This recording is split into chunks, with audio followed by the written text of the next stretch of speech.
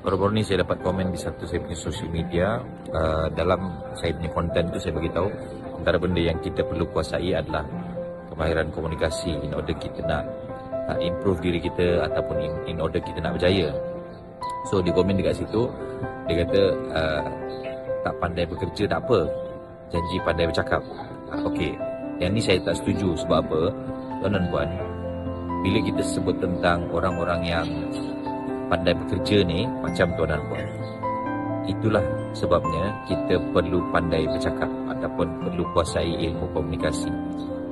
Sebabnya sekarang adalah zaman di mana kita adalah individu yang walk the talk. Kita tak nak ada certain time tu ala kita mempunyai situasi di mana lah orang ni cakap je pandai tapi buat kerja tak boleh.